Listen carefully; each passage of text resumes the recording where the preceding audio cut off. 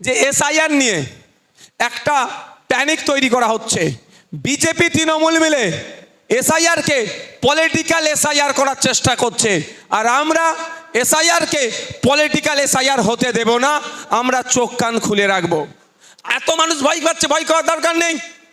কালকে election commission of ইন্ডিয়ার চিফের একটা বক্তব্য শুনছিলাম, 2003 সাল 2004 সালে ভোটার লিস্টে নাম থাকলেও সে ছাড় পেয়ে যাবে।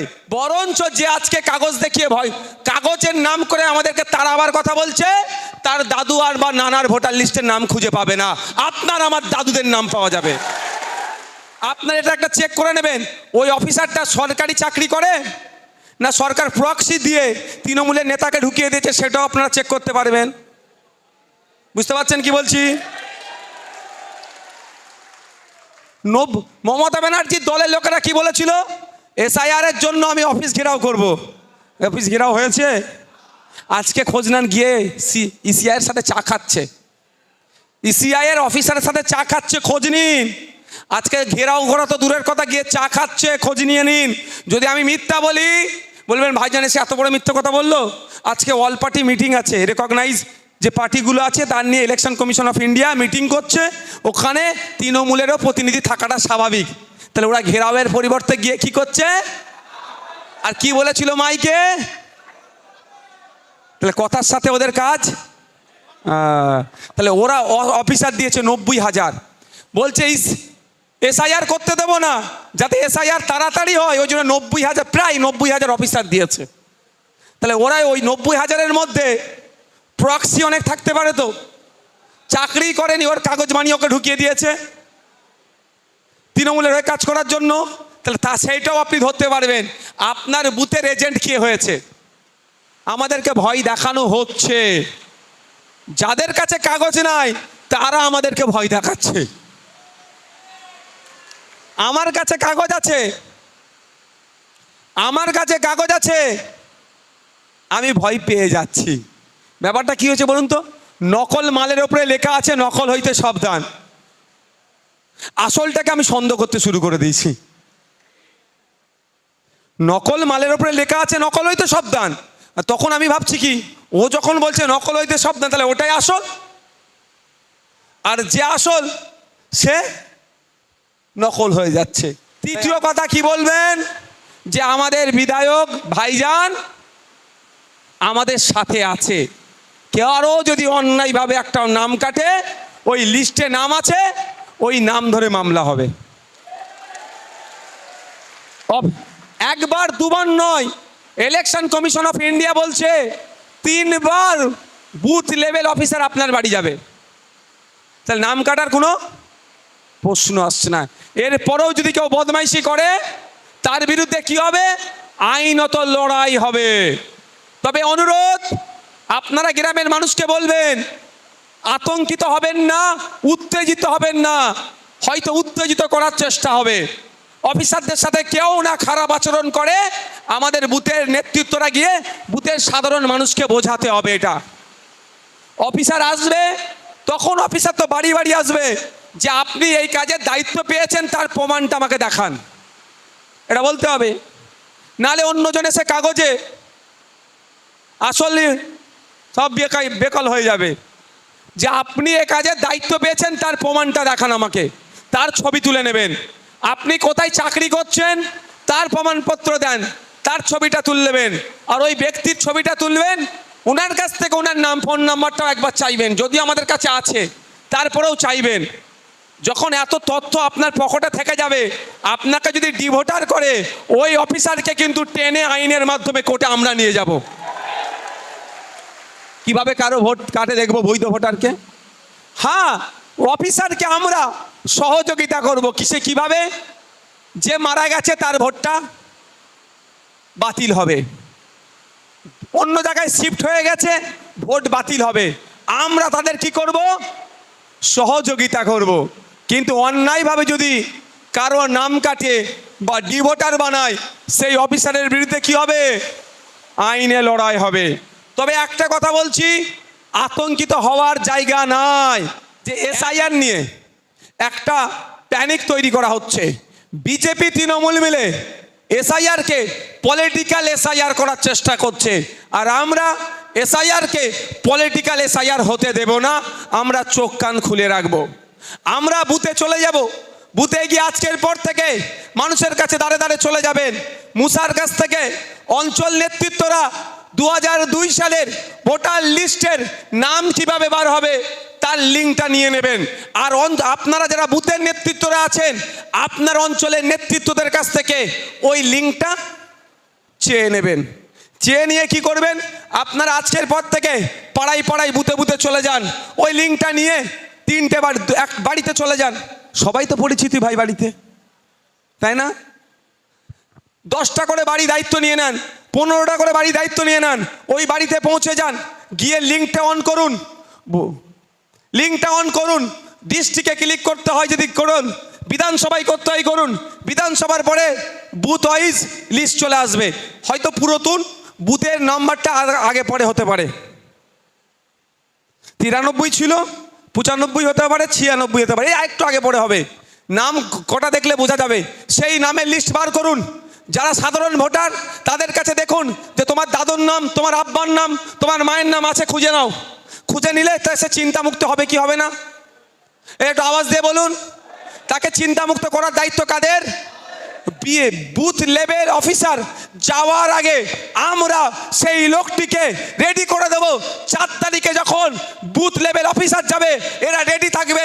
এই দেখো, আমার কোনো কাগজ দেওয়ার প্রয়োজন নাই, আমার 2002 সালে মায়ের আর বাবার নাম ভোটার লিস্টে আছে, এইটাই আমার কাগজ। এটা করতে হবে তো। এত মানুষ ভয় পাচ্ছে, ভয় করার দরকার নেই। কালকে ইলেকশন কমিশন অফ ইন্ডিয়ার চিফের একটা বক্তব্য শুনছিলাম।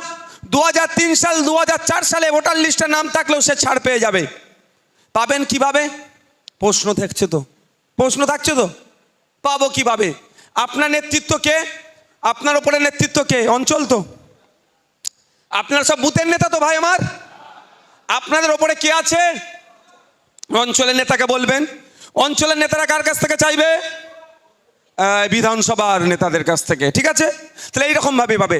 কোনো অসুবিধা হলে কেউ আপনাদের বলবে, মানুষের কাছে চলে যেতে হবে। একটাই কথা, বাবু আতঙ্কিত হবেন না। পাড়াতে পাড়াতে চলে যাবেন, বাবু আতঙ্কিত হবেন না।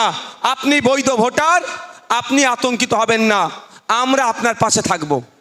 একদম এই বার্তা দিতে হবে ভাই, নাহলে হার্ট অ্যাটাক করে মরবে।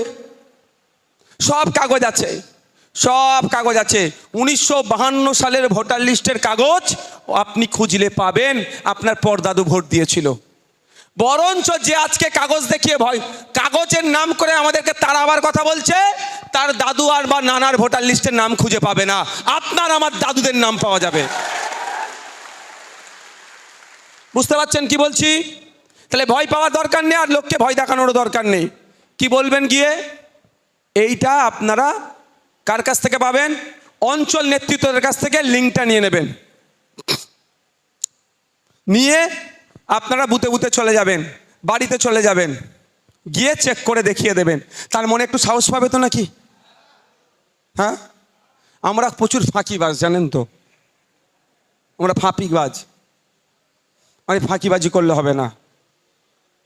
আছে লোকটাকে আতঙ্কিত হয়ে আছে, তাহলে আতঙ্ক মুক্ত করতে গেলে কি হবে? প্রথম 2002 সালের ভোটার লিস্টের পরিবারের লোকের নাম আছে নাকি দেখতে হবে, পাওয়া যাবে ভাই, কোনো অসুবিধে নেই।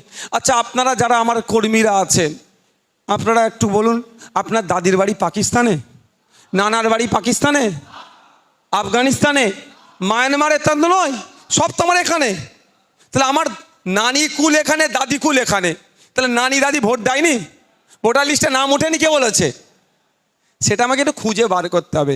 কিভাবে বার করবেন সেটাও দিয়ে দিয়ে হবে। এটাও আপনাকে বলি, 294টি বিধানসভার বুথ ভিত্তিক যে বুথ লেভেল অফিসার দিয়েছে সরকার, তার নাম, ফোন নাম্বার, পার্ট নাম্বার পর্যন্ত আমরা মুসার কাছে অলরেডি পাঠিয়ে দিয়েছি। ওর মোবাইল চেক করতে বলুন, পরে চলে এসেছে, আজকেই পাঠানো হয়েছে। তাহলে আপনার চিন্তার কারণ নেই। আপনার বুথের কে এসআইআর করবে, কোন অফিসার, তার নাম, ফোন নাম্বার আপনি কার কাছ থেকে নেবেন? না, কার কাছ থেকে নেবেন?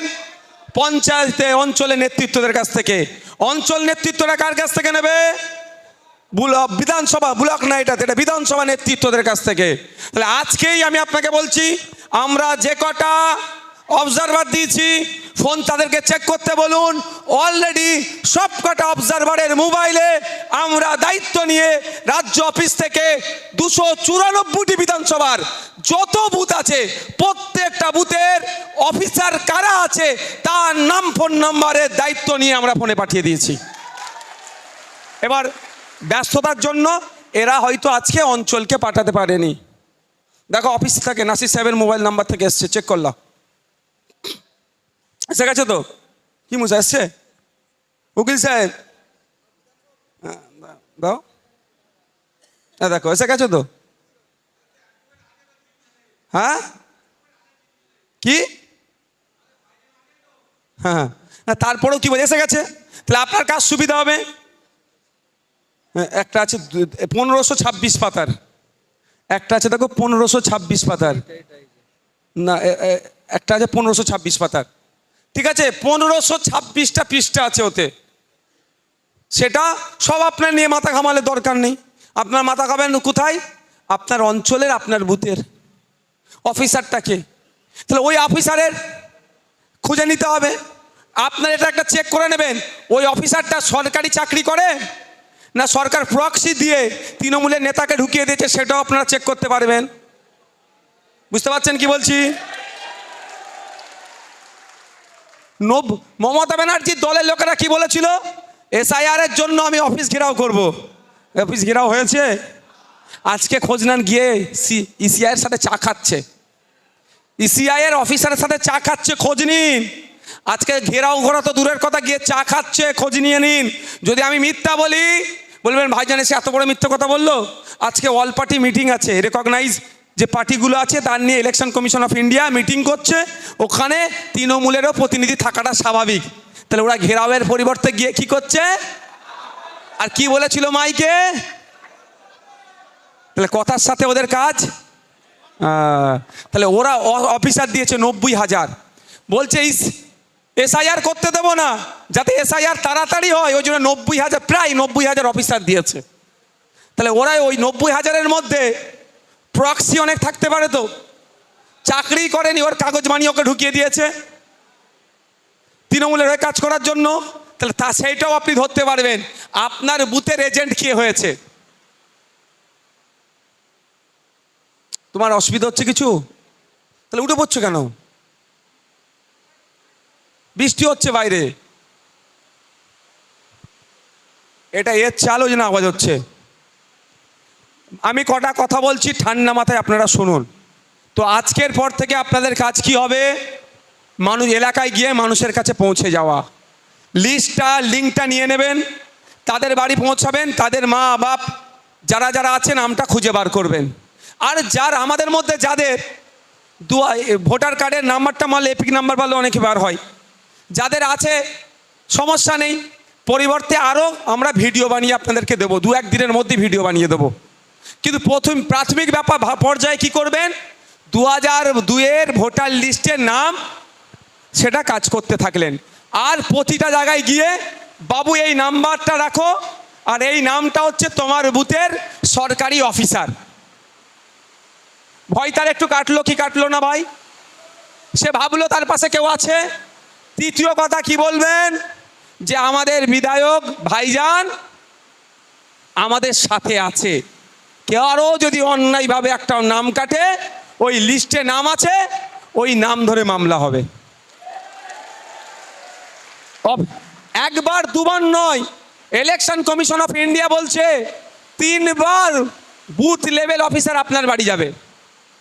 তাহলে নাম কাটার কোনো প্রশ্ন আসছে না।